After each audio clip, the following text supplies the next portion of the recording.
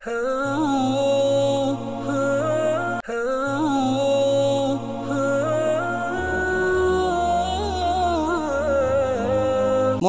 அல் மஸ்ஜிதுல் அக்ஸா. அந்த குத்பா ஷேக் ஹாலித் அபு ஜுமா ஹஃபிதுல்லாஹ் தந்தார்கள். இந்த குத்பா தலைப்பு ஒற்றுமையின் பலமும் அதனால் நமக்கு கிடைக்கின்ற கண்ணியமும். ஒற்றுமையின் மூலம் நம்முடைய பலத்தையும் சக்தியையும் வலிமையையும் நம்முடைய கண்ணியத்தையும் பேணி பாதுகாத்து கொள்வோம் என்ற பாணியிலே அந்த குத்பா வைத்திருந்தார்கள். ஹம்து ஸலவாத் தக்வாவுடைய வசியத்துக்கு பின்னால் பொதுவாக முஸ்லீம்கள் எல்லாம் பயந்து கொள்ளுங்கள். எப்பொழுதுமே அந்த தக்வா உங்களுடைய வாழ்க்கையின் ஒரு குறிக்கோளாக இருக்கட்டும். உங்களுடைய தீனுடைய ஒற்றுமையை கடைபிடித்துக் கொள்ளுங்கள், பலமாக பட்டுப்படுத்திக் கொண்டு ஞாபகத்திற்கு நன்றி செலுத்துங்கள். பிணக்குகள், பிளவுகள், சண்டைகள், சச்சரவுகளை விட்டுவிடுங்கள். முஸ்லீம்களை பொதுவாக அல்ல எங்களுக்கு ஒரே சமூகமாக செயல்படும் அறிவிருக்கிறான். பிரிவினைவாதத்தை விட்டு தடுத்திருக்கிறான். இந்த உம்மத்து ஒரு உம்மத்து தான், நான் உங்களுடைய ரப்பு, என்னைத்தான் நீங்கள் வணங்க வேண்டும் என்று அல்லாஹ் கட்டளையிட்டிருக்கிறான் குர்ஆனிலே. அதாயத் ஓதினார்கள்.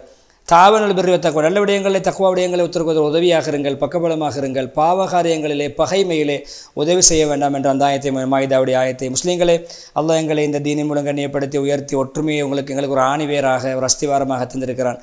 நம்முடைய எழுச்சியின் ஒரு ஊற்றுக்கண்ணாக ஒற்றுமை இருக்கிறது. அல்லாஹ் சுப்ஹானஹு வ தஆலா வழிகேடர்களாக இருந்தோம் நேர்வழி காட்டினான். அதே போன்று குறைவானவர்களாக இருந்தோம் நம்மை அல்லாஹ் கண்ணியப்படுத்தி பக்கபலமாக்கி இருக்கிறான்.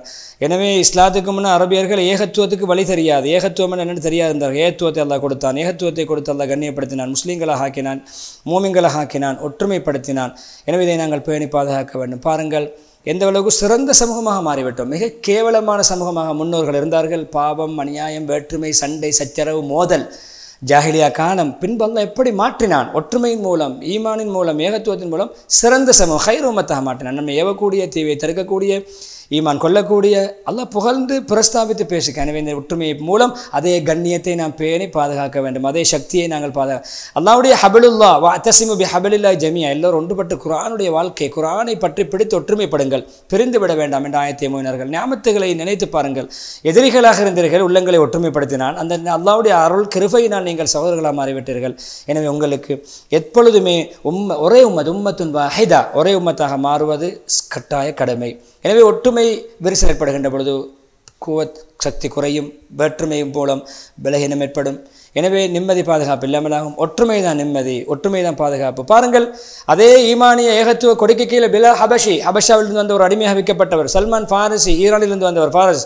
அதே போன்ற ரோம் நாட்டிலிருந்து வந்த சுஹைப், எல்லாம் ஏழைகள் வந்தவர்கள், பிரயாணிகள், நாட்டைச் சேர்ந்தவர்கள், நிறத்தால், குணத்தால், குடும்பத்தால் வித்தியாசப்பட்டவர்கள். ஆனால் இஸ்லாத்துடைய கொடியின் கீழே ஒன்றுபட்டார்கள். வேற்றுமை கிடையாது, சாதி மத வேறுபாடு கிடையாது, மேல் சாதி கீழ் சாதி கிடையாது, கருப்பு வெள்ளை என்று கிடையாது, பணக்காரர் ஏழை என்று கிடையாது, தொழிலாளி முதலாளி என்று கிடையாது.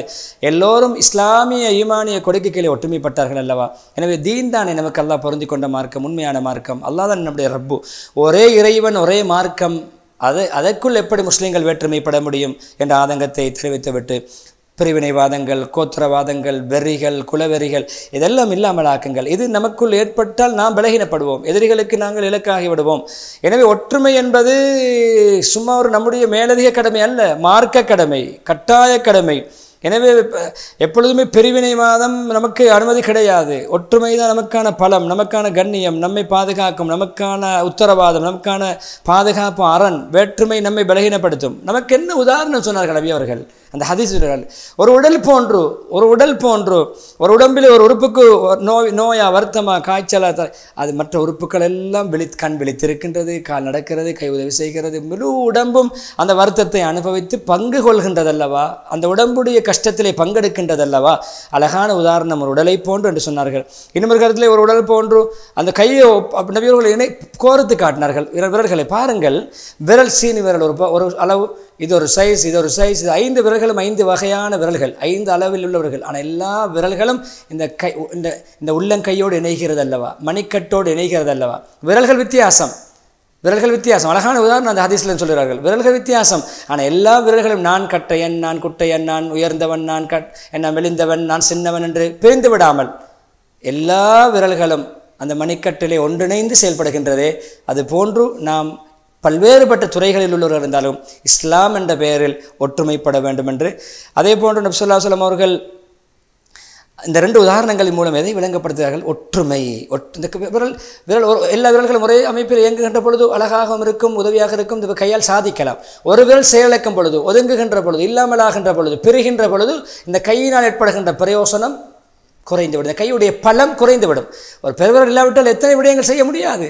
ஒரு பிடி கவலை உணவை உண்ண முடியாது, நம்முடைய வாகனங்களை செலுத்த முடியாது, வேலை வெட்டிகள் செய்ய முடியாது. பாருங்கள், இந்த விரல்கள் 5ம் ஒன்றுக்கொண்டு பக்கபலமாக இருப்பது போன்று, ஒற்றுமையாக இருப்பது போன்று நாம் செயல்பட வேண்டும் என்று சொல்லி அந்த ஹதீஸை சொல்லி விளங்கப்படுத்திவிட்டு பொதுவாக பாருங்கள், இன்னுமொரு உதாரணம், உறுதியாக கட்டப்பட்ட அஸ்திவாரம் உறுதியான கட்டிடம், கல்புனியால் மரசோ சொந்தாயத்தை ஓவினார்கள் கட்டிடம் போன்று ஒன்றுக்கொண்டு இணைத்து வைக்கப்பட்டு நெருக்கமாக கட்டப்பட்ட, இடைவெளி இல்லாமல் கட்டப்பட்ட ஒரு கட்டிடம் போன்று கட்டிடத்துக்கு ஒப்பிட்டார்கள். ஒரு கட்டிடம் பக்கத்தில் ஒரு தூண் சரிந்து விட்டால் கட்டிடம் தகர்ந்து விடும். ஒரு பக்கம் அதை சுமக்க தயாராகாவிட்டால் அந்த கட்டிடம் அப்படியே உடைந்து தகர்ந்து எல்லோருக்கும் ஆபத்து ஏற்பட்டுவிடும். கட்டிடம் போன்று, உடல் போன்று, கை விரல்கள் போன்று, மணிக்கட்டு போன்று எவ்வளவு அழகான ஒற்றுமைக்கான உதாரணங்கள். எனவே ஒற்றுமைப்படுவோம். எனவே எப்படி இருந்தாலும் ஒற்றுமை நம்மை பாதுகாக்கும்.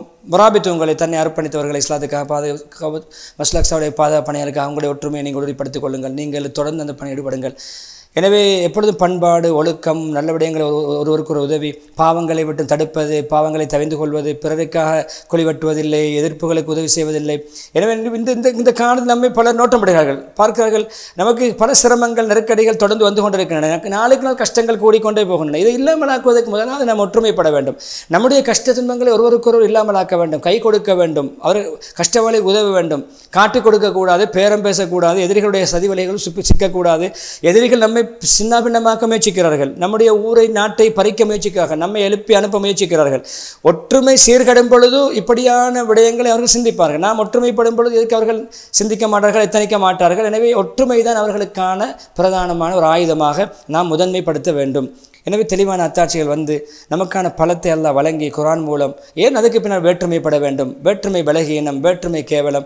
அல்லாஹ் கண்ணியப்படுத்தின நம்முடைய ஒற்றுமை மூலம்தான். அல்லாஹ் நம்மை ஒன்றிணைத்திருக்கிறான் ஒற்றுமையின் மூலம். எனவே ஒற்றுமை கண்ணியம், ஒற்றுமை பலம், வேற்றுமை நமக்கான ஒரு வேதனை, வேற்றுமை நம்மை எரிக்கும் ஒரு நெருப்பு, வேற்றுமை நம்மை கரிக்கும் ஒரு எரிமலை வெடித்து நெருப்பு படுவது போன்று பிற்கான் என்றார்கள்.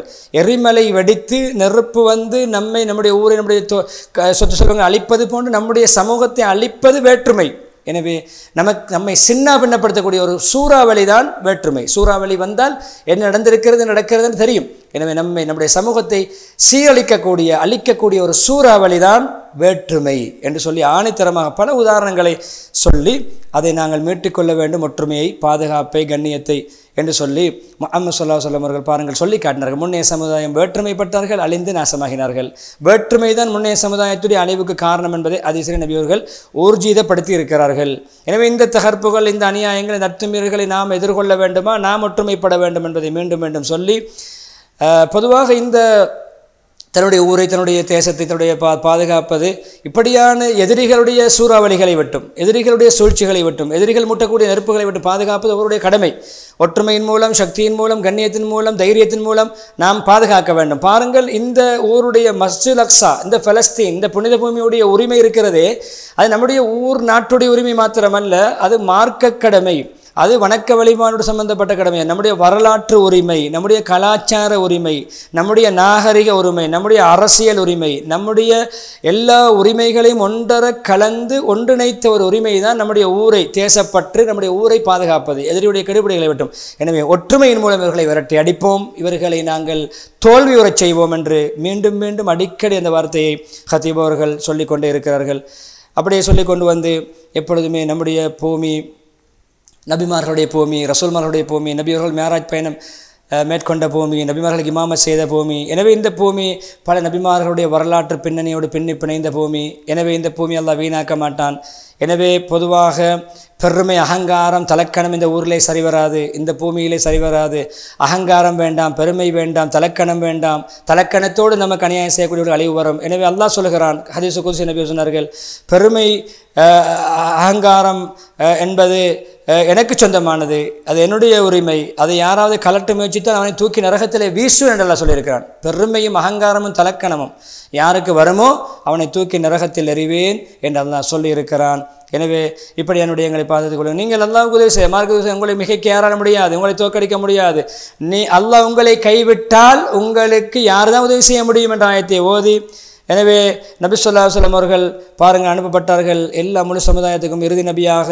இந்த காபத்துல்லா எப்படி சிறந்ததோ, மஸ்ஜித் முனவர் எப்படி சிறந்ததோ, அதேபோல் மஸ்ஜித் நபவி, மஸ்ஜித் அக்ஸா மூன்றுமே ஹரம் ஷரீஃப் என்ற அடிப்படையிலே சிறந்தது. முதலாவது கிபிலா, இரண்டாவது கிபிலாவாக காபத்துல்லா மாற முன்னால் அங்கே மேராஜுடைய பயணத்தை நபி அவர்கள் மேற்கொண்டார்கள். இங்கே முதலாவது கிபிலா, இங்கிருந்து தான் மேராஜ் பயணத்தை மேற்கொண்டார்கள். அந்த வரலாற்று பின்னணி நமக்கான ஒரு பாதுகாப்பு, பக்கபலம், கண்ணியம், அந்த கண்ணியத்தை நாம் பாதுகாக்க வேண்டும் என்று சொல்லி பாருங்கள். பிரயாணம் செய்து பயணப்பொதிகளை கட்டி இந்த ஊருக்கு தான் வர வேண்டும், இந்த மஸ்ஜிதுகளுக்கு தான் வர வேண்டும் என்று சொல்லப்பட்ட 3 மஸ்ஜிதுகள் புனித பூமிகளிலே நம்முடைய மஸ்ஜிதுல் அக்ஸாவும் உண்டு. ஷத்துர் ரிஹால், பிரயாண ஏற்பாடுகளோடு தங்குகின்ற நோக்கத்தோடு, அந்த நோக்கத்தோடு ஒரு மஸ்ஜிதுக்கு செல்வது, அது இந்த மஸ்ஜிதுகளுக்கு தான் என்று அல்லாஹ் சொல்லியிருக்கின்ற அளவு இந்த மஸ்ஜித் பிரஸ்தாபிக்கப்பட்டிருக்கிறது. உமர் ஃபாரூக் ரலியல்லாஹு அன்ஹு அவர்கள் மீட்டு தந்த கண்ணியம், விடுதலை செய்து தந்த கண்ணியம், பின்னால் அது கை நழுவுகின்ற பொழுது வீரர் சலாஹுதீன் அய்யூபி ரஹிமஹுல்லா மீட்டு தந்த கண்ணியம், அந்த கௌரவம் நாம் அதை விட்டு கொடுக்க முடியாது. அந்த சில வீரர்களுக்கு எதிராக போராடி நமக்கு மீட்டு தந்த கண்ணியத்தை நாம் எந்த கட்டத்திலும் இழக்க முடியாது. எனவே அந்த தைரியமும் உற்சாகமும் அந்த ஒற்றுமையும் இன்று இருந்தால் நம்மை யாரும் மாற்றி அசைக்க முடியாது. எனவே இப்ராஹிம் அலைஹிஸ்ஸலாம், நூஹ் அலைஹிஸ்ஸலாம் போன்றவர்களை அல்லாஹ் பாதுகாத்து பரிசுத்த பூமிக்கு உங்களை நாங்கள் அனுப்புகிறோம் என்று சொல்லி அல்லாஹ் அனுப்பி பாதுகாத்த ஊர் அல்லவா இது. எனவே அப்படியான பலஸ்தீனில் தான் நாம் இருக்கிறோம். பாதுகாப்பான பூமி, பரக்கத்தான பூமி, நிம்மதியான பூமி என்று அல்லாஹ் குர்ஆனிலே சான்று பகர்ந்திருக்கிறான். எனவே இது முஸ்லிம்களுக்கான சொத்து, பரக்கத்தும் பொருந்தியது, முஸ்லிம்களுக்கு தான் பரக்கத், முஸ்லிம்களுடைய உரிமை. இதை நாங்கள் எந்த கட்டத்திலும் விட்டு கொடுக்க முடியாது. இதற்கு எதிராக இதை பறிக்க, இதில் இடம் பிடிக்க யாரும் எங்களோடு மோத முடியாது, எங்களோடு சண்டையிட முடியாது. அவர்களுக்கு நாங்கள் ஒரு சொட்டு பகுதியையும் சிறிய பகுதியை கூட விட்டு கொடுக்க மாட்டோம் என்பதை இந்த மிம்பரில் இருந்து ஆணைத்தரமாக அந்த எதிரிகள், அந்த அநியாயக்காரர்கள் சுற்றி கொண்டிருக்கும் பொழுது தைரியமாக மிம்பரிலே அவர்கள் முழங்குகிறார்கள். எனவே இப்படியான ஒற்றுமை கடைபிடித்து இந்த ஊரை பாதுகாப்போம், நாட்டை பாதுகாப்போம், நம்முடைய கடமை உரிமையை பாதுகாப்போம் என்று சொல்லிவிட்டு எப்பொழுதுமே அவர்களுக்கு அல்லாஹ் சந்தர்ப்பம் கொடுத்திருக்கான், பிடிப்பான். அவர்களுக்கு அவருடைய சதி திட்டம் முறியடிக்கப்படும். அல்லாஹ் அவர்களை ஒரு பிடிப்பான். அப்பொழுது அவர்களுக்கு அந்த அல்லாஹ்வுடைய தண்டனை வரும்பொழுது அவர்கள் விளங்கிக் கொள்வார்கள், அநியாயக்காரர்கள் புரிந்து கொள்வார்கள் என்று சொல்லிவிட்டு இஸ்திக்பார் செய்யுமாறு தூண்டி முதலாவது ஹுத்பாவை முடித்துவிட்டு இரண்டாவது ஹுத்பா சுருக்கமாக நான் மேற்சொன்ன விடயங்களை நீங்கள், சதிகாரர்களுக்கு அல்லாஹ் எதிராக சதி செய்வான், சதிகாரர்களுக்கு எதிராக அல்லாஹ்வுடைய சதி வெல்லும், அல்லாஹ் அதை முறியடிக்க அவன் திட்டம் தீட்டுவான். இவருடைய திட்டத்தை விட அல்லாஹ்வுடைய திட்டம் பெரியது, அல்லாஹ்வுடைய திட்டம் பயங்கரமானது. இவர்கள் நமக்கு எதிராக செய்கின்ற கெடுபிடிகள், அநியாயங்கள், அத்துமீறல்களுக்கு நாம் உடந்தையாகிவிடக்கூடாது. எனவே அல்லாஹ் அவர்களை பிடிக்கின்ற பொழுது அவர்களை பிடிப்பான், தண்டிப்பான். தன்னுடைய வாக்குறுதியை நிச்சயம் அல்லாஹ் நிறைவேற்றுவான். அல்லாஹ் எங்களுக்கு வெற்றி கிடைக்கும், விமோசனம் கிடைக்கும் என்ற வாக்குறுதியை நமக்காக அல்லாஹ் நிறைவேற்றுவான். எதிரிகளுக்கு தண்டனையும் முசீபத்துக்களும் ஏற்படும் என்ற தண்டனையுடைய வாக்குறுதி அவர்களுக்கு அல்லாஹ் எச்சரிக்கையை நிறைவேற்றுவான். எனவே நாம் அல்லாஹ்வுடைய தொடர்போடு, அல்லாஹ்வுடைய வணக்க வழிபாடுகளோடு நல்ல அடியார்களாக நம்முடைய மார்க்க பயணத்தை மேற்கொள்கின்ற பொழுது அந்த அல்லாஹ்வுடைய வாக்குறுதி நமக்கும் அல்லாஹ்வுடைய எச்சரிக்கை அவர்களுக்கும் நிறைவேறும் என்ற அந்த கருத்தை கூறி நீண்ட துஆ பிரார்த்தனையோடு, குறிப்பாக ஷஹீதுகளுக்கு, சுஹதாக்களுக்கு, கைதிகளுக்கும் அந்த துஆவில் இடம் கொடுத்து அந்த ஹுத்பாவுக்கு முற்றுப்புள்ளி வைக்கிறார்கள். எனவே 3 ஹுத்பாக்கள் மூலமும் பயன்பெறுவோம். முதலாவது ஹுத்பா, கண்ணியமான வாழும் பொழுது நல்லவர்களாக வாழ்ந்து நற்கர்மங்கள் புரிந்து நற்சேவைகள் புரிந்து மௌத்துக்கு பின்னாலும் நமக்காக துஆ கேட்கின்ற நாவுகளை, நமக்காக வழிகின்ற கண்ணீர்களை, நமக்காக புகழ்ந்து பாராட்டு பேசுகின்ற நாவுகளை விட்டு செல்ல வேண்டும், நட்பேறு பெற்று மௌத்தாக வேண்டும் என்ற தலைப்பில் அழகான ஹுத்பாவை முன்வைத்தார்கள். இரண்டாவது இஸ்திக்ஃபாரையும் ரஹ்மத்தை மகஃபிரத்தையும் அடைவதற்கான வழிகளும் அமல்களும் முறைகளும். இஸ்திக்ஃபாருடைய ஹதீஸிலே வந்து மிக முக்கியமான இஸ்திக்ஃபாருடைய துஆக்களும், குர்ஆனில் வந்து இஸ்திக்ஃபார்கள் அழகான முறையில் அந்த ஹுத்பா அமைத்திருந்தார்கள். மூன்றாவது ஹுத்பா ஒற்றுமையின் பலமும் ஒற்றுமையினால் நமக்கு கிடைக்கின்ற கண்ணியமும், அந்த இரண்டையும் பேணி பாதுகாக்க வேண்டும் என்ற முன்னைய கால வரலாறு என்ற அமைப்பிலே பின்னைய காலத்தோடு இணைத்து அந்த ஹத்தை முன்வைத்தார். எனவே 3 ஹுத்பாக்கள் மூலம் பயனடைவோம், மக்களுக்கு எத்தி வைப்போம், பிறர் பயனடைய அதிகம் பகிர்வோம். நிகழ்ச்சி தயாரித்து வழங்குகின்ற நண்பர் ரிஸ்வான், தொழில்நுட்பத்தில் நண்பர் ஷர்ஃபான் ஆகியோருக்கும் துஆ செய்தவனாக உங்கள் அனைவர்களுக்கு அல்லாஹ் ரஹ்மத்தும் பரக்கத்தும் செய்வானாக என்று துஆ செய்து, இது வருகின்ற ரமலானை அல்லாஹ்வுக்கு பொருத்தமான ரமலானாக, அல்லாஹ் நம்மிடமிருந்து எதிர்பார்க்கின்ற ரமலானாக, அல்லாஹ் நம்மிடமிருந்து பொருந்திக் கொண்டு ரஹ்மத்தையும் மகஃபிரத்தையும் நரக விடுதலையும் நமக்கு வழங்க தகுதியான ஒரு ரமலானாக மாற்றி தருவானாக, அமைத்து தருவானாக. ஆரோக்கியத்தையும் செழிப்பையும் எல்லோருடைய தேவைகள் நிறைவேறி சுபீட்சம் ஏற்படுகின்ற பலாய் முசீபத்தில் இல்லாமலாகி விலைவாசிகள் குறைந்து பொருளாதார நெருக்கடிகள் நோய் நொம்பலங்கள் கடன் தொல்லைகள் என்னென்ன கவலைகள் துக்கங்கள் சஞ்சலங்கள் ஒவ்வொருடைய உள்ளங்களிலும் ஆழ பதிந்திருக்கிறதோ எல்லா கவலைகள் துக்கங்கள் சஞ்சலங்களும் தொடைப்பட்டு அழிபட்டு அந்த இடத்துக்கு மகிழ்ச்சியும் சுபீட்சமும் செழிப்பும் மிக சந்தோஷமான சுபீட்சமான ஒரு நாடாக ஒற்றுமை உள்ள ஒரு நாடாக முன்மாதிரி உள்ள ஒரு நாடாக நமது நாட்டையும் உலக முஸ்லீம்கள் வாழ்கின்ற எல்லா நாடுகளையும் உலகத்தையும் எல்லாம் மாற்றி அமைப்பானாக என்ற துஆவோடு மீண்டும் சந்திப்போம். வாஹிர் தாவானா அல்ஹம்துலில்லாஹி ரப்பில் ஆலமீன். வஸ்ஸலாமு அலைக்கும் வரஹ்மத்துல்லாஹி வபரகாத்துஹு.